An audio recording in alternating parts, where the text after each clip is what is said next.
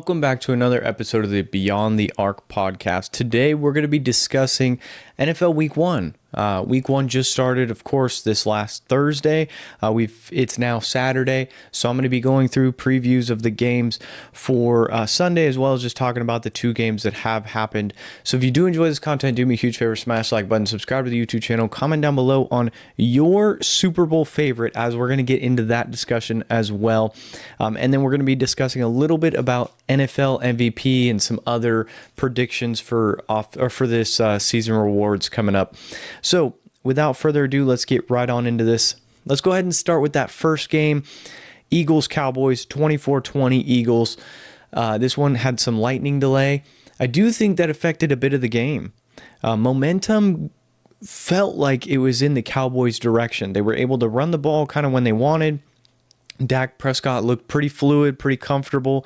Of course, there was the whole Jalen Carter debacle where both players, at first it was just Jalen Carter that we saw that got ejected for spitting at Dak Prescott. It does look like Dak did go ahead and spit to start. I don't know if he was trying to spit at Jalen Carter at the whole 9 yards, whatever it may be. Never acceptable, of course. But Jalen Carter gets booted out of the game. So this defense is wide open, because they were going to need to double team Jalen Carter all day. The Cowboys were going to need to double team him every play pretty much because he's the defensive captain pretty much of this roster. He's the best player on the defensive side of the ball for them. Now, he's not in the game, and the Cowboys actually start off really strong. Javonte Williams ended with 20 points in fantasy. He had a really good game. Dak, like I said, looked fluid at the beginning. Now then the lightning delay happens, and Eagles still have the lead, whole 9 yards, and from there, momentum just didn't go back in the Cowboys' direction. What I did like about the Eagles themselves was Jalen Hurts was pretty much able to do, it was not a defensive game by any means. Both defenses were honestly pretty rough. And both offenses were kind of able to do whatever they needed. CeeDee Lamb getting a decent amount of catches. He did have a few drops, which is a little concerning, but it is only week 1. A.J. Brown only had one catch. Devontae Smith didn't have a great game. George Pickens had an okay game. But the running backs, of course, did their thing. Jalen Hurts did his thing. And then overall, the Eagles just take the win. Now, Chiefs-Chargers, that was last night. That was a really good game. The Chiefs kind of looked like what the Bengals typically look like to start the season. The offense looked pretty rough. There was no fluid motion. They were 0-7 on third downs in the first half. In the second half, they started to pick things up. Me personally, I have Travis Kelce in fantasy, so I was hoping Travis would have a good game. He finally he did end the game with a touchdown. I was hoping that they would get another one to him just as on that final drive. They weren't able to.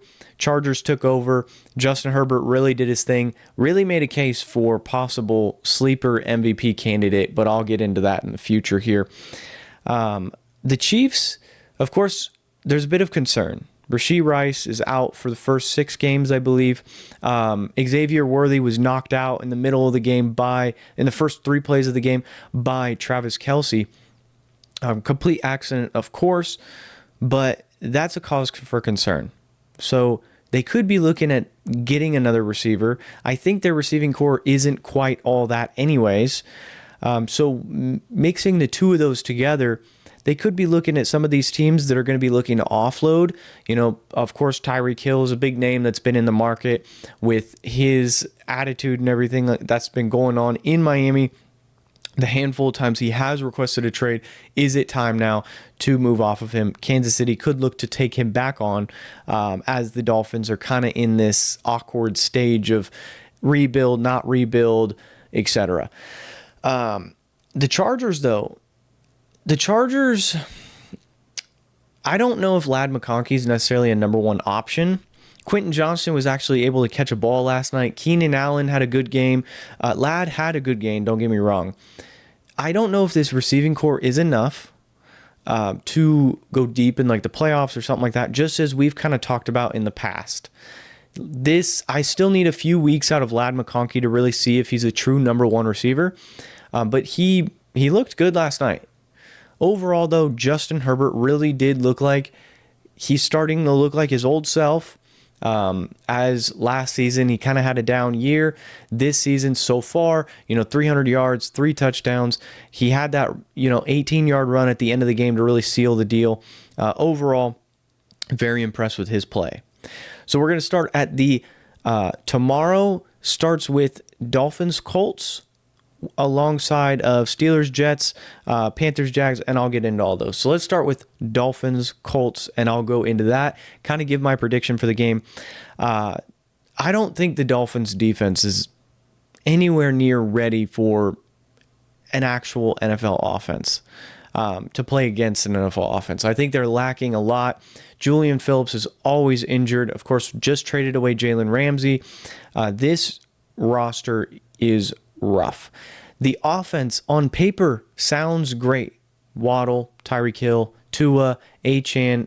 But then you start diving into the offense and you're like, oh, because defensives have started to figure out that if you take away the long ball away from the Dolphins, they can't really do too much else. So, because their entire offense is timely throws and just precision pass making. And when you take away those long balls and you don't allow Tyreek Hill and Waddle to create space, then it really suffocates this offense. They feel really like claustrophobic. So I do have the Colts winning this game. It sucks because, of course, I'm a Dolphins fan, but I think that the Colts will pull it out. I think the offense over with Indianapolis is going to, not necessarily that Daniel Jones is going to dominate the Dolphins defense, but Jonathan Taylor, as well as, of course, they got the rookie tight end Tyler Warren, and those receivers on the outside, they kind of have a plethora of Alec Pierce and all them. So I do actually like the Colts odds. Plus, it's in Indianapolis. I haven't checked the weather for the Indianapolis game, but we know that the Dolphins struggle when it's under 75 and sunny. So any sort of issue with weather, and the Dolphins are going to struggle. Let's move on to Steelers Jets. I'm surprised that this wasn't necessarily like a later game in the day, just as this is Aaron Rodgers on a new roster playing against his former team, the Jets, against Justin Fields doing the exact opposite, playing against his former team in the Steelers. This game, I'm not super high on the Steelers this year. I think that the defense is going to be fine, of course, as it always is. Mike Tomlin is going to carry them to this, mediocre but positive record season. But I still think that they're, one, a quarterback away, two, they need a better offensive line, and I'm not in love with the offensive weapons there. Like, DK is cool, don't get me wrong. Outside of DK Metcalf, though, you have 2 tight ends they're cool, Jonnu Smith and Pat Freiermuth. The running back game I don't love in Jalen Warren, all that. And then outside of wide receiver 1 and DK Metcalf, I don't love the receiving core there. Like I said, you got a 41-year-old quarterback in Aaron Rodgers, and then you're putting this offensive line that's mediocre at best around him, so he's going to have not a lot of time in protection. Also, in training camp, he looks slow, which, of course, he's 41 years old. Of course, he's going to look a little slow. But he looks pretty rough out there. The defense, of course, they traded for Jalen Ramsey. I do actually like that pickup for them. I think that the defense is going to carry the offense, and hopefully Rodgers doesn't need to do too much. I do think the Steelers squeak out this game. I don't think it's going to be some 35-30 shootout. I think it's going to be like a 24-18 game. And the Jets scoring is going to come from the rushing side, whether it's Justin Fields going in. I have been high on drafting Justin Fields as your backup quarterback option in case he pops off for those few, like he did in Chicago, those few weeks where he had a 28-point fantasy week because he ran all over the defense. Do I see him doing that against the Steelers? No, because of the names that the Steelers have, the TJ Watts, the Jalen Ramseys, etc. I don't think he's going to be able to have that space like he did for Chicago, playing some weaker defenses. But yes, I do have Steelers over Jets. Moving on, Panthers, Jaguars. I think this is going to be a fun offensive game. This might be one of those shootouts, a 35-33-esque game, because both offenses have exciting pieces over there. You got Bryce Young, Tedero McMillan, of course, a kind of running back committee in Chuba. And, I love the running back room there. They just signed Rico Dowdle, etc. For the Jaguars themselves, who knows what Travis Hunter's really going to be in the NFL, but he is, a receiver for them. They have Brian Thomas. They have, Travis Etienne. They've got options there, and this is Trevor Lawrence's year to really show out. So he kind of has to be really good for the Jaguars. So I think I've talked about this in a few other episodes. I think the Panthers are going to be like that NBA League Pass team that's really exciting to watch. They're really fun to watch. They may not necessarily be the best roster, and they may not win a lot of games, but they're going to be entertaining because they're going to put points on the board.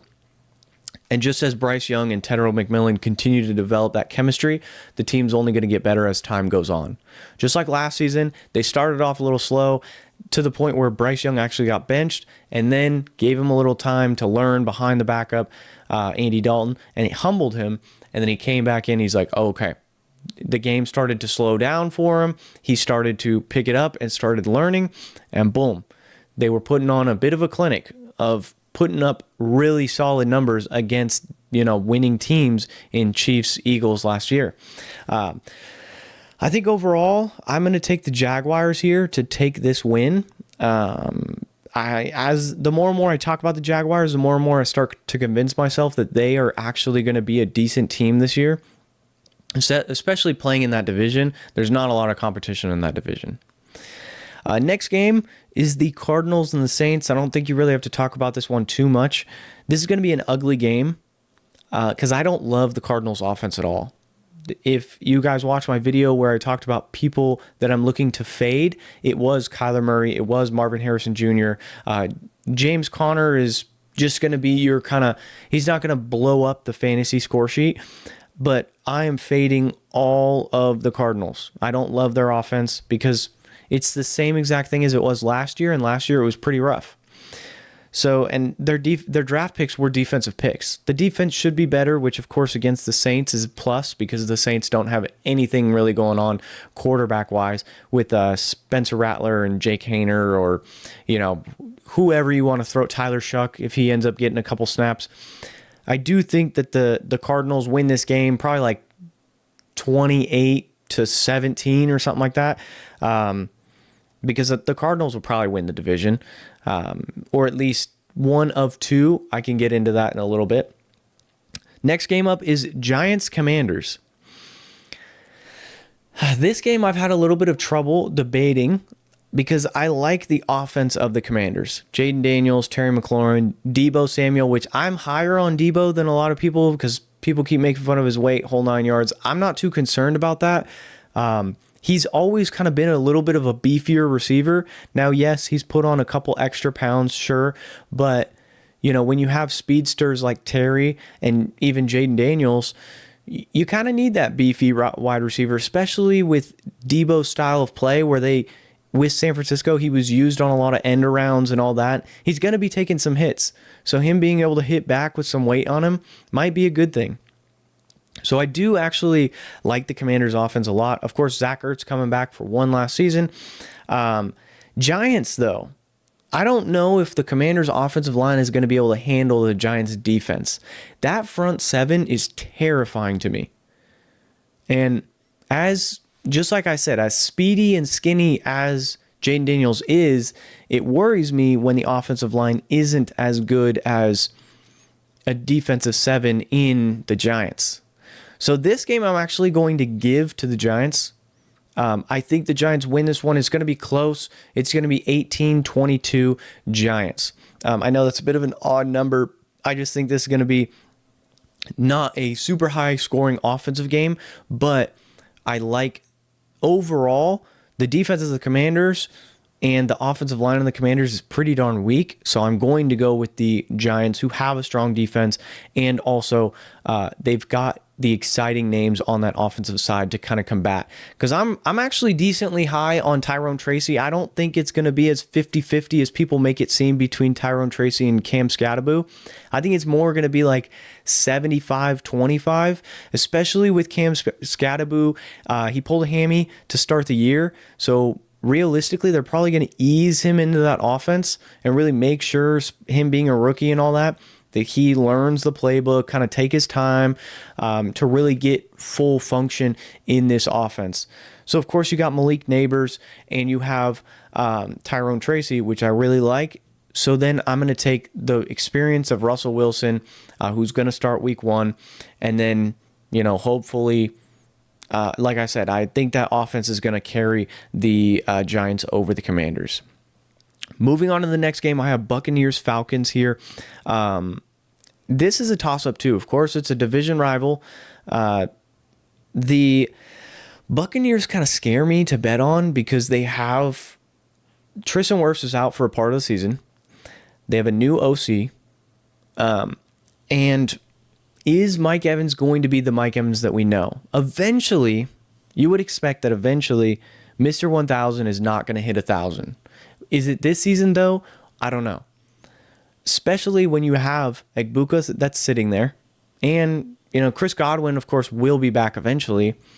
You've got the Cade Ottens over there, too. Bucky Irving is there. So there's a lot of mouths to feed on the offensive side of the ball. Now, I think they'll be okay, and I think they're going to squeak out this win because I think the defense is a little better than people give it credit for.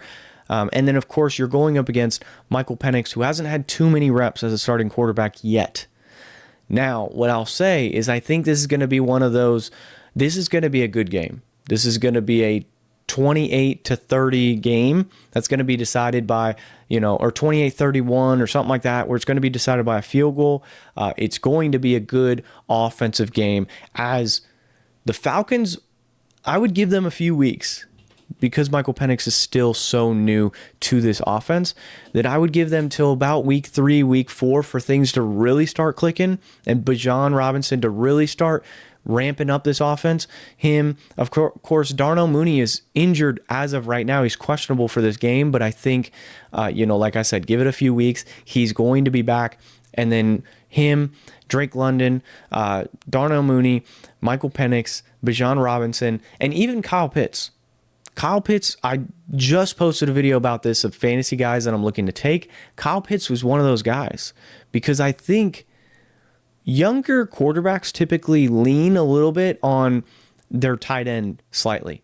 They either pick a receiver or they pick a tight end. You could say that's what we're expecting this year with Bryce Young. That number 1 guy last year was Adam Thielen. He was always looking at Adam Thielen and trying to find Adam Thielen. Now, of course, Adam Thielen's gone.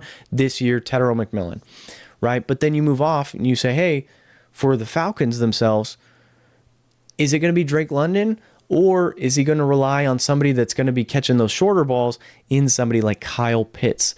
So I think Kyle Pitts is going to be, plus they burned a first-round pick on him. You got to try and get the guy the ball. See if he's going to be anything. Bengals-Browns is the next game. This game's going to be sloppy on the defensive side of the ball. This is going to be, because I don't love the corners, the secondary over with Cleveland. Of course, their offense is Joe Flacco at quarterback. The offensive side of the ball is Jerry Jeudy, Cedric Tillman, David Njoku, which I do like David Njoku, don't get me wrong. I think he'll eat in fantasy, but I'm not sure about the receiving core. Now, of course, against the Bengals, who even worse defense, this could end up being somewhat of a shootout. This could be, I'm assuming it's going to be like some 20, 27, 24. Now, I might go 28, 24. Bengals. I think the Bengals offense is just too much for the Browns defense to handle. Jamar Chase, T. Higgins, Chase Brown, and Joe Burrow. I'm going to get into some MVP talk, but I think Joe Burrow is one of those MVP candidates this year. So I do Bright spots for the Browns, of course, they still got Myles Garrett. And then on the offensive side of the ball, there's not too many bright spots over there. The receiving core is cool. It's not great. You could try out. I was hoping that Quinshon Judkins, his whole thing was going to be figured out and he was actually going to be able to play for the Browns come week 1. I think I'd be a lot more excited about their run game had Judkins been able to play. But because he is not, with his whole debacle, I'm thinking the Bengals, they could just walk away with this game. And it could be over early. It could be over very early. Like if the Bengals go up 14-0 right off the bat, we could be looking, because I don't know if Joe Flacco has it in him to charge a comeback like this anymore. All right, next game, Raiders-Patriots. I think the Patriots walk away with this one pretty easily. I think it's going to be like a 14-24 game or 27-14 game. I just don't love what the Raiders have going on right now. I think it's going to need some time. Pete Carroll being a new coach here, Geno Smith in that new system with the Raiders, Jacoby Myers, of course, requesting a trade. I just don't love the vibe over in Vegas. The Patriots, though, are the exact opposite. I love everything they got going on right now. Mike Vrabel, fantastic head coach hire. Drake May, of course, year 2 in that offense, just kind of getting some time to develop reps. And I am so excited about Stephon Diggs. Stephon Diggs, I think he's going to be better than he has been in a little bit. I really got a lot riding on Stephon Diggs. I think that he is going to change this. And of course, they got the rookie running back over there too, Travion Henderson, who I genuinely think is going to ball out for them as well. So you got the running back, you got the number 1 receiver, you got a good QB, the defense is solid. So, and then you got the head coach, which the head coach coached Josh Allen to what Josh Allen is today. So I really enjoy what they got going on, and I'm excited to see how far they can go. All right. That just ended all the 10 o'clock games, so we're going to get into those 1 o'clock games. 49ers Seahawks. This is a game that I don't really know how to describe the Seahawks at all without watching them play. Is Jackson Smith-Njigba going to be a number 1 option? I think that he's got the potential to be, but is he going to be able to execute on the field with an offensive line that isn't great? They're not going to be able to provide too much protection for Sam Darnold. And Sam Darnold genuinely is just a massive question mark. I also am concerned, of course, of Kenneth Walker. Everyone is saying that he's due for a breakout season, but year after year after year, it seems like we get a string of good games, all for it to be ridiculed by injury. So eventually you just got to kind of deal with the fact that you are going to, eventually this guy is going to get injured. Now, of course, we don't hope of injuries, but you kind of have to expect it, especially if you're a fantasy manager. That's why I faded Kenneth Walker. He's somebody that also, I just faded Seahawks players in general because I don't want to draft question marks, huge question marks at least. I'm down like early on. Of course, if a guy falls to me in the draft and all that, that's totally fine. I don't mind taking him then. But if we're talking about me taking Jackson Smith-Njigba in the 3rd round of my draft, I just won't do it because it's just not worth it in my opinion. Especially this year with the receiving class being so large, you didn't necessarily need to reach at all. So I'm going to take the more I talk about it, it's like I'm going to take the Seahawks to actually win this game. I don't love the vibe over in San Fran. I don't think Brock Purdy is the answer. I think that he is only as good as what's around him. He's not a quarterback that's going to elevate an offense. He's a quarterback that is going to manage a game. I don't think he was worth the money. I think he's a guy that he fits into the class of a Dak Prescott. He fits into the class of a Geno Smith, fits into the class of a Andy Dalton when he was on the Bengals, fits into the class of just a quarterback that Kirk Cousins is a fantastic example, right? Just game managers. He does not fit in the class of the Patrick Mahomes, of the Joe Burrow, of the I mean, so far this first week, Justin Herbert did it. Not putting that on him as a label yet, but if we see, this constant flux of him doing his thing, maybe. So what I'll say though is, I don't like the offense is just ridiculed with injuries. Brandon Ayuk, just question marks all over him. Is Juwan Jennings going to be able to step up? Ricky Pearsall, can he step up? Christian McCaffrey is already listed as questionable before week 1 even started. And then George Kittle is another year older. He wasn't super impressive to me last year, more of a blocking tight end than I would like, especially if I'm a fantasy manager drafting Kittle. He's serviceable, though, don't get me wrong, because the tight end class is kind of weak, if that makes sense. There's not too many options when you're looking to start your tight end in fantasy. It's more of there's a hard line where it's just, Brock Bowers, of course you got Trey McBride, etc. And then there's a hard line and it just kind of falls off a cliff, where then you get into the Travis Kelce's, the George Kittles, where they could have good games. Realistically, though, you're going to be looking at 3 to 4 catches a game, maybe 40, 50 yards, and hopefully they get in the end zone. Prime example was yesterday. Travis Kelce, he had 12 points in fantasy. All the way up until the third quarter before he scored, he had 1 catch for 10 yards. He's not getting the ball. So that's George Kittle kind of fits in that class. So, and then the defense, of course, they lost some defensive players. I think it's going to take some time with Robert Saleh to get the things kind of going with I think the defense will get better as the season goes on, of course. I just don't love it week 1. Titans, Broncos. I think the Broncos walk away with this one. I still think the Broncos could look to add another receiver.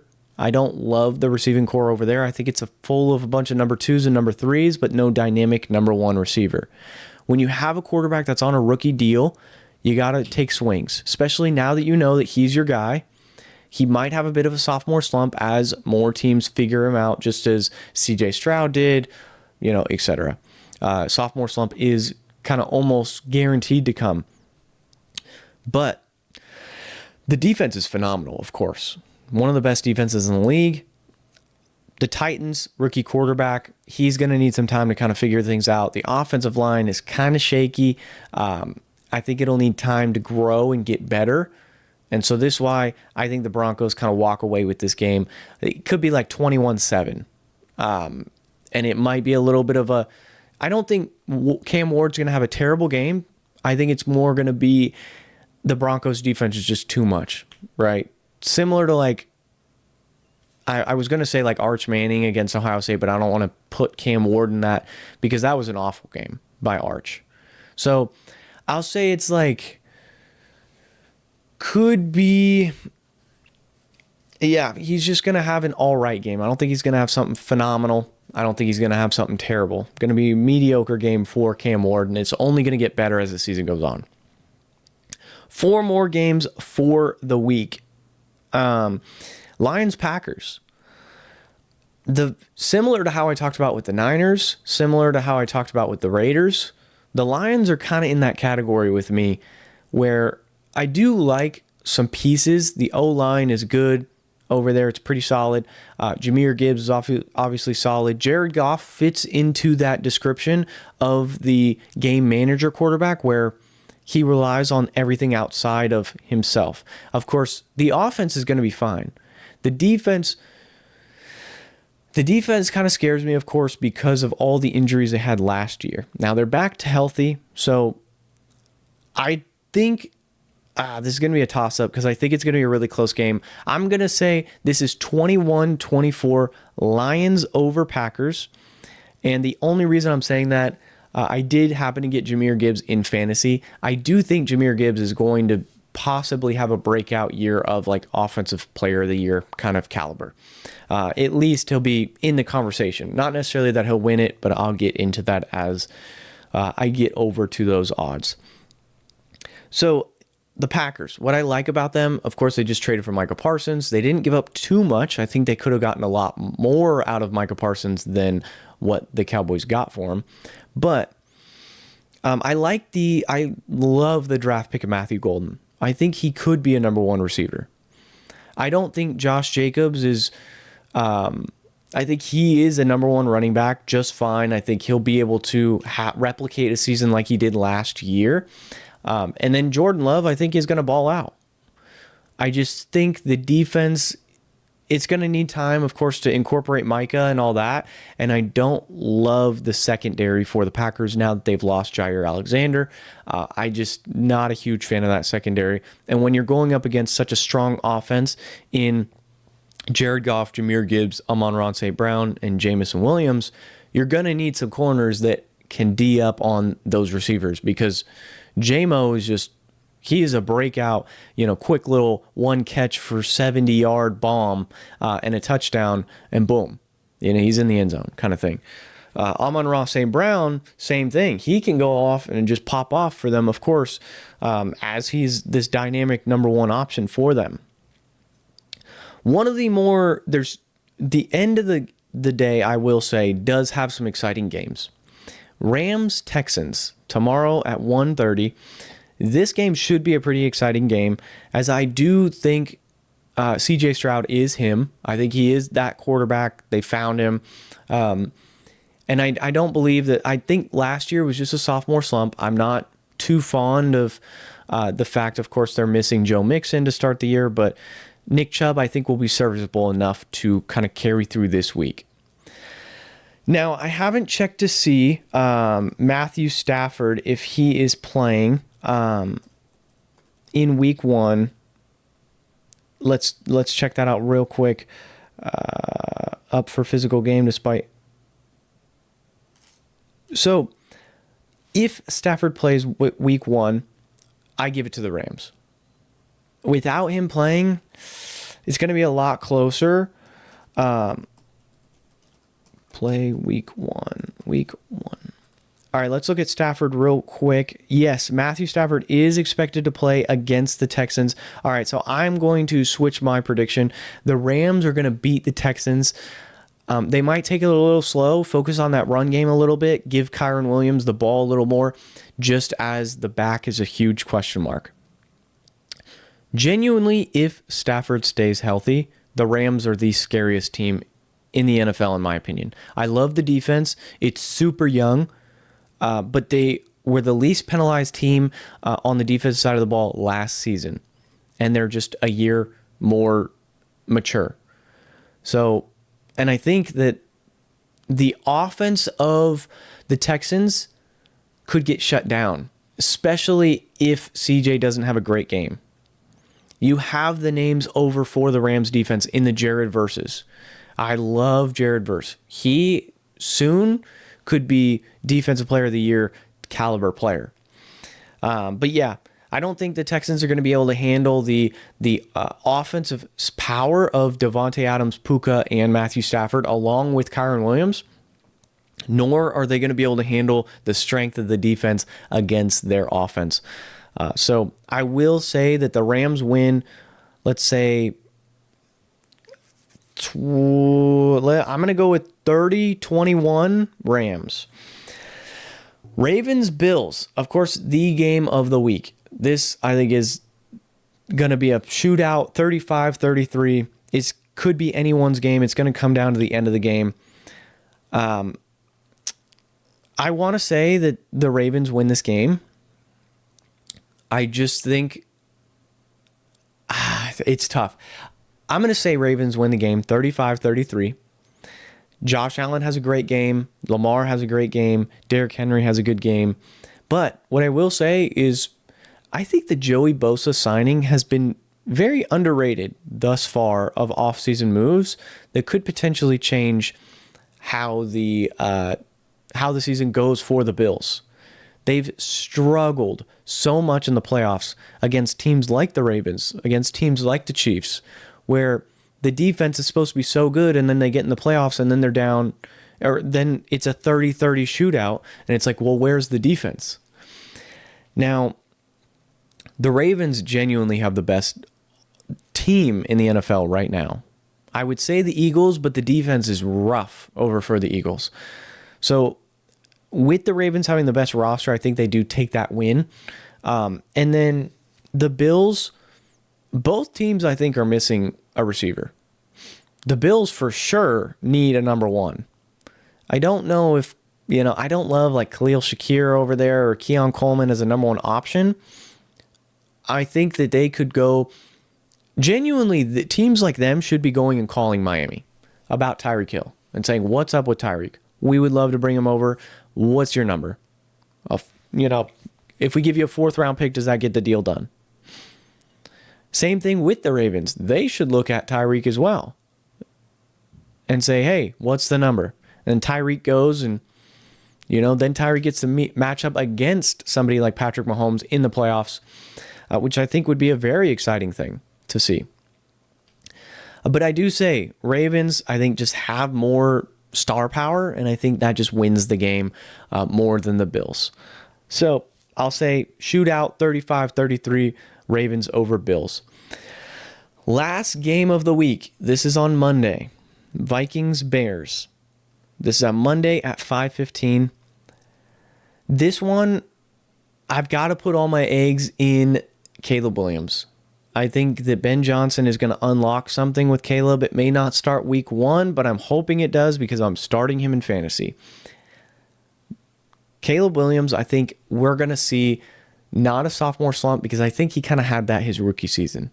He had an okay rookie season. Not great, not necessarily number 1 pick value, but he didn't really have a lot going on for him with the coaching staff in Chicago his rookie season. So I think that this is the year. I don't love the Vikings defense. The offense for the Vikings, I don't trust J.J. McCarthy at all. I'm just going to be point blank honest. I think Kevin O'Connell can do some great things. I just don't know if J.J. McCarthy is that guy. When I look at J.J. McCarthy and what he did at Michigan, I'm not impressed with him as a quarterback. I'm just more impressed with the fact that they ran a ton of bubble screens. They were able to run the ball pretty effectively. They had a ton of they had a ton of players that got drafted.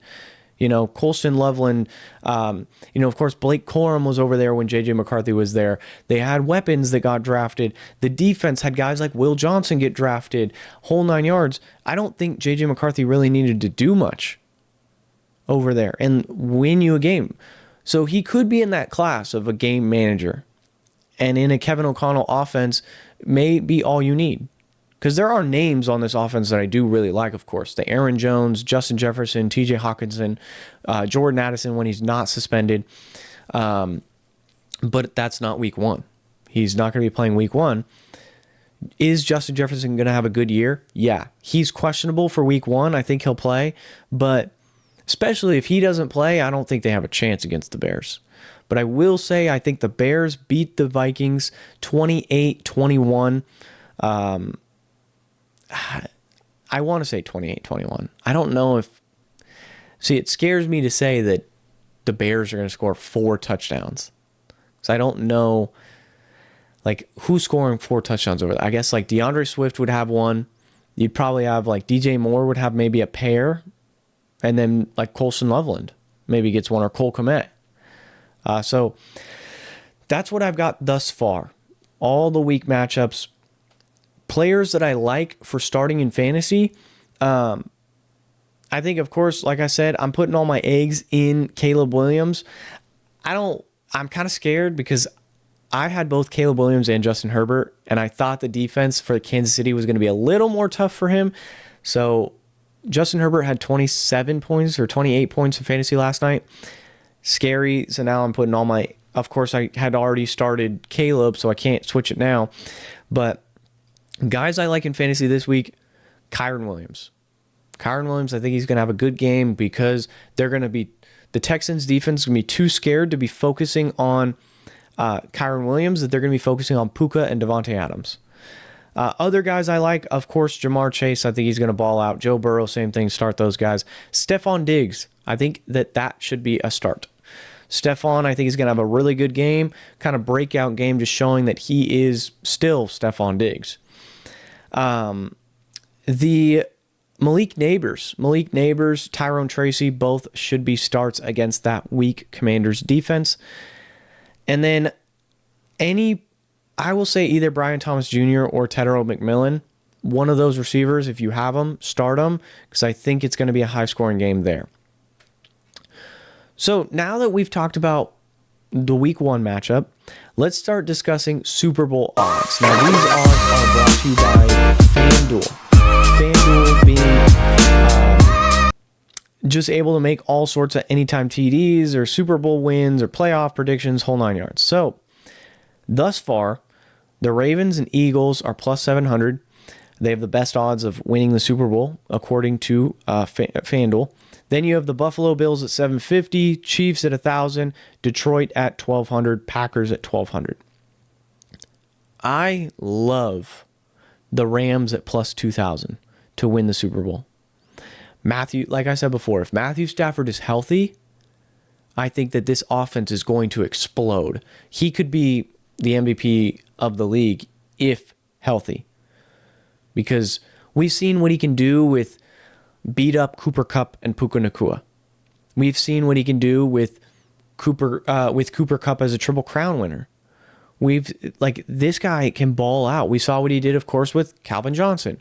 He doesn't need much to have a great offensive season. And now you have 2 number 1 receivers. You have a great running back. And then I think he's going to dominate if he's healthy. So I love the Rams. That's my prediction. I think the Rams win the Super Bowl.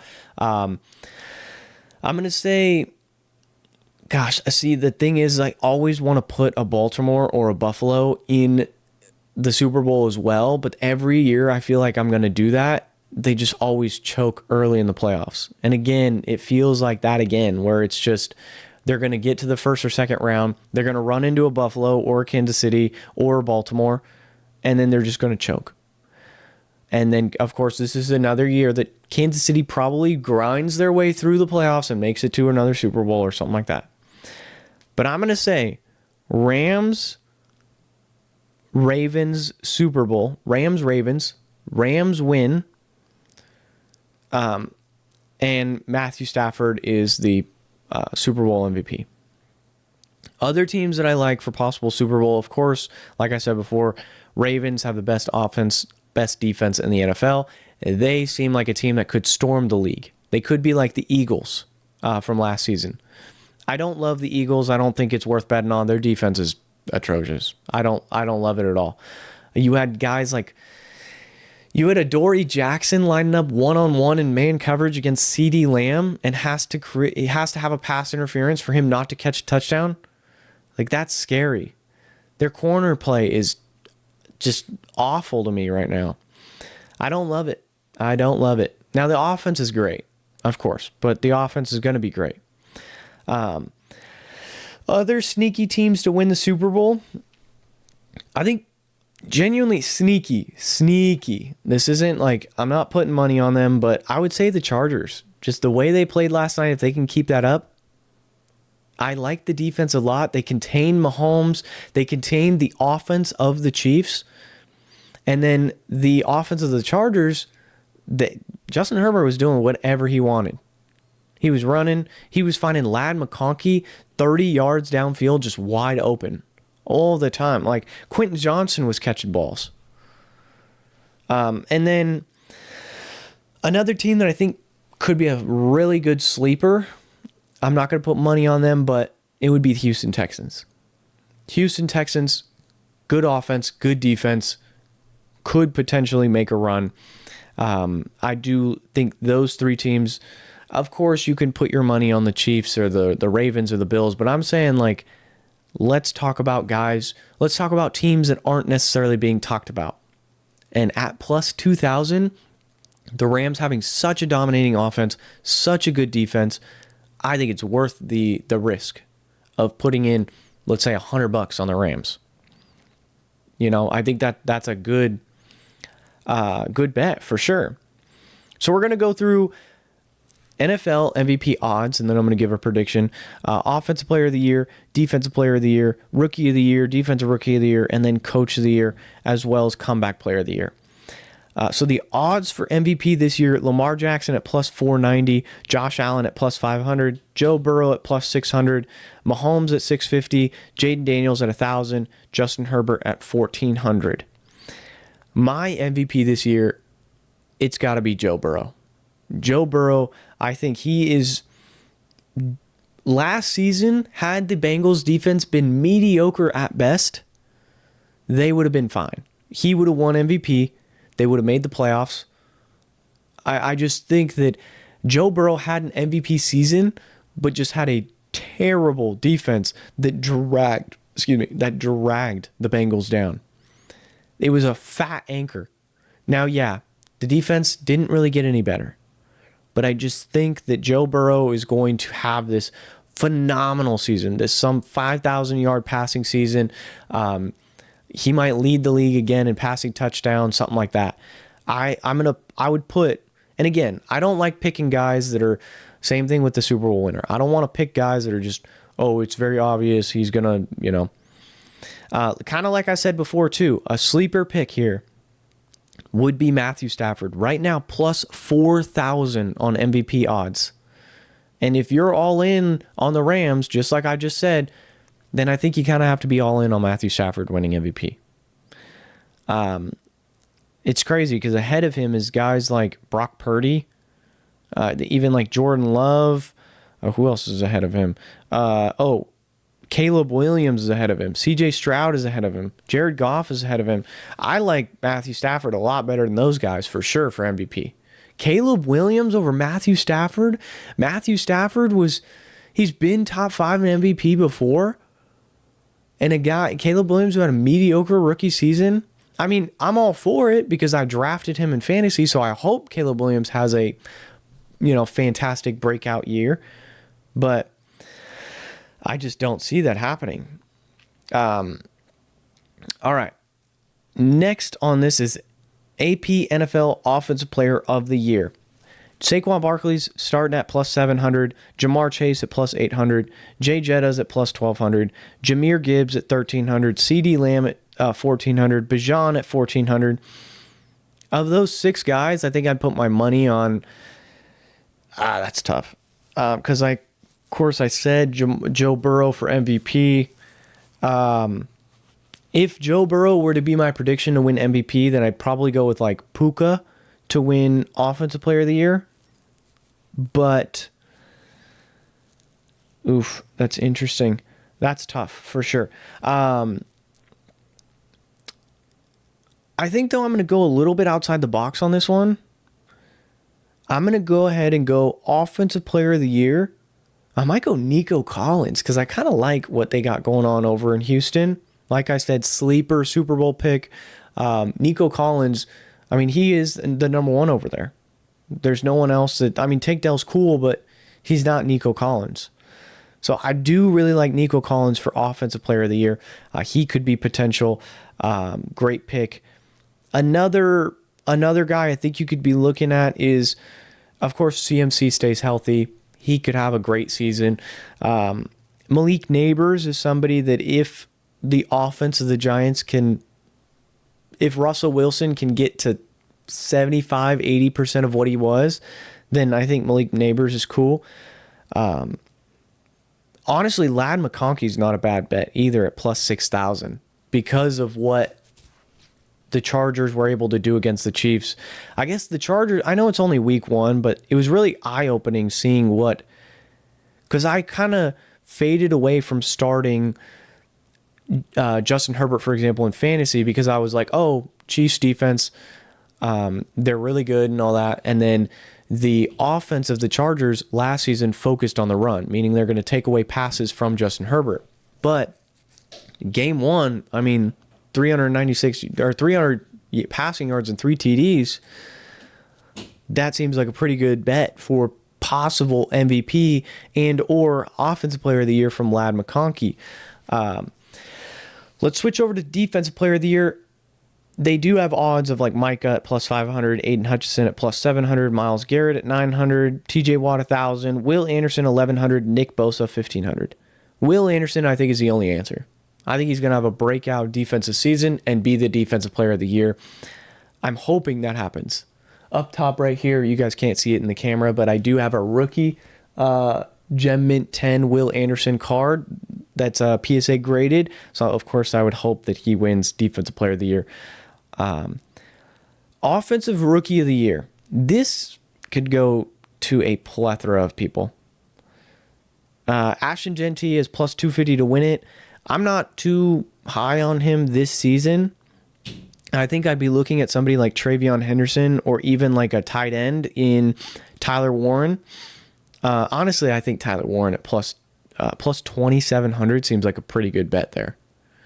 Because I don't love the offensive quarterback or the quarterback for the Colts and Daniel Jones. And even if he doesn't pan out, your backup is Anthony Richardson. I don't love that either. So I think Tyler Warren's going to eat quite a lot.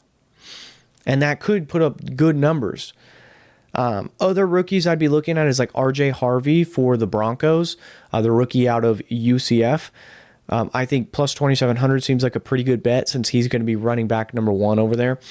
And they're going to run the ball just to open up the pass game for Bo Nix.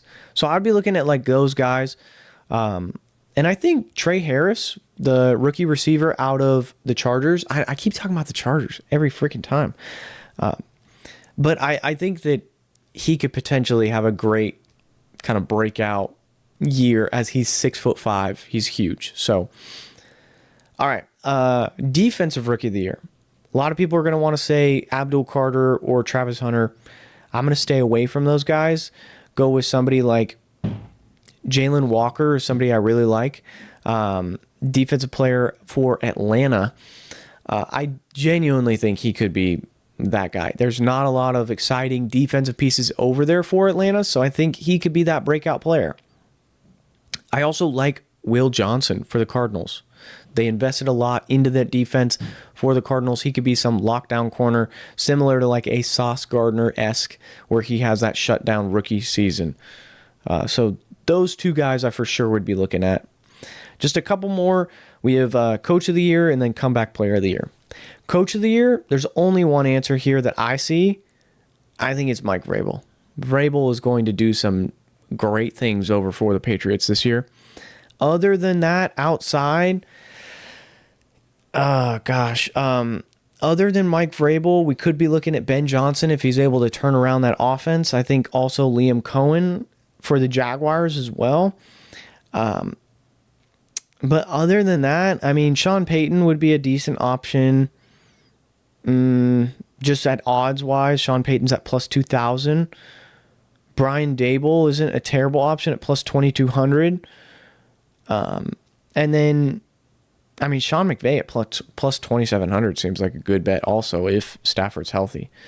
So those guys, I think that coach for sure, Coach of the Year is just dependent on the biggest jump. I don't know how much of a jump the Rams are necessarily going to take. Comeback Player of the Year. The odds have Dak Prescott winning it at plus 250. Then you got like Aiden Hutchinson at 270. I genuinely really like Stephon Diggs at plus 2,500. I just talked about it. I think Stephon is going to have a resurgence in his career of another breakout season, just showing that he's that number 1 over for the Patriots, just balling out for them. I think he put in a lot of effort in this offseason. I saw the workouts, I saw the reps, I saw the videos, I saw the training camp, etc. Stephon Diggs at plus 2,500 seems like a fantastic bet. Another guy that I would be looking at, I mean, shoot, Russell Wilson at plus 10,000 seems like a fair bet also.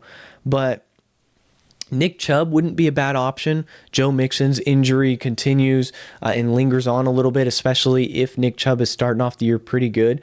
I would say that could be a decent option at plus 1,500. JJ McCarthy, I don't even understand how he could be considered on this list because I guess it's different in the NBA because the NBA just pushes you back and makes you a rookie if you're out the entire year for year 2. But they're not doing that here for the NFL.